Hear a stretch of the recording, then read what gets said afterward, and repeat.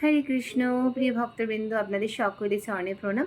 আপনারা কি জানেন সামনে এক বিশেষ তিথি আসছে, যেই তিথি পালনের মধ্যে দিয়ে আমরা ভগবানের ধাম প্রাপ্ত হতে পারি, ভগবানকে যেমন সুখী করতে পারি, নিজেরাও আনন্দ লাভ করতে পারি।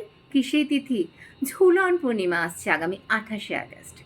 আমরা ইসকন ভক্তরা 23শে আগস্ট রোববার থেকে 28শে আগস্ট পর্যন্ত এই ঝুলন পূর্ণিমা পালন করব। আপনারা কি জানেন পুরীতে কদিন হয়? 7 দিন।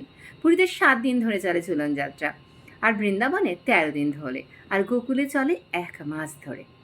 ভগবানকে নিজের সামর্থ্য মতো কাছের ডালে দোলনা ঝুলিয়ে বা বারান্দাতে বা আপনার ঠাকুর ঘরে গৃহ মন্দিরে কিংবা কাঠের দোকান থেকে আপনি একটা দোলনা কিনে নিতেই পারেন।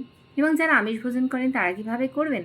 22শে আগস্ট নিরামিষ ভোজন করবেন এবং 23শে আগস্ট থেকে 28শে আগস্ট পর্যন্ত ভগবানকে নিরামিষ পাত্রে ভোগ রান্না করে দিন, পরমান্ন খিচুড়ি বা ফলমূল সেবা দিন এবং নিজেরাও সেই ফল গ্রহণ করুন। জানি ইচ্ছে থাকলেও অনেকে হয়তো পুরোপুরি নিরামিষ ভোজন করতে পারেন না। এই কটা দিন ভগবানের কৃপা প্রার্থনা করুন, নিশ্চয়ই একদিন হবে। আর কি আছে জানেন তো? আরও অনেকগুলো বৈষ্ণবের তিথি আছে, সঙ্গে থাকুন, সব বলবো আপনাদেরকে। এই 28শে আগস্টই আছে বলরাম পূর্ণিমা, অর্ধ দিবস উপবাস। এবং আরও একটা বিষয়, এই দিন 28শে আগস্ট আমাদের দ্বিতীয় মাস শুরু হচ্ছে আমাদের চাতুর্মাস্য ব্রতের, এবং এই দিন থেকে আমাদের কিন্তু দই আহার করা নিষিদ্ধ। এবং এই দিন চাইলে আপনি ভগবানকে বিভিন্ন রকমের শাক প্রদান করতে পারেন এবং বলরামের লীলা পাঠ করবেন শ্রীকৃষ্ণ গ্রন্থটি থেকে। বলরাম ধেনুকাসুর প্রলম্বাসুর বধ করেছিলেন, সেগুলো আপনারা সেখান থেকে পাঠ করতে পারেন। আরও কি রয়েছে? হ্যাঁ, রয়েছে তো। এই 28শে আগস্টে রয়েছে আবার রাখি পূর্ণিমা, ভাতৃদ্বিতীয়া। জানেন তো, সত্যযুগেও রাখি হয়েছিল, দ্বাপর যুগেও রাখি হয়েছিল। সত্যযুগে যখন শ্রীকৃষ্ণ ভগবান যখন বলি মহারাজের মাথায় বামন রূপে এসে ত্রিপাদভূমি ভগবান যখন বলি মহারাজের কাছে চাইলেন, এবং ত্রিপাদভূমিতে যখন আপনারা হয়তো কাহিনীটা জানেন, এখন স্বল্প সময় এতটা বলতে পারবো না।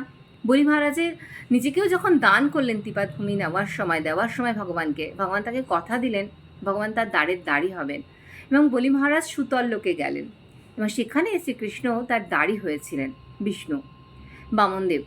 এবং লক্ষ্মীদেবী সেখানে গিয়ে বলি মহারাজকে রাখি পরালেন, এবং বলি মহারাজের কাছে বলি মহারাজ যখন লক্ষ্মীদেবীকে উপহার দেবেন, তখন লক্ষ্মীদেবী বলেছিলেন, তোমার ভগ্নিপতিকে তাহলে ছেড়ে দাও।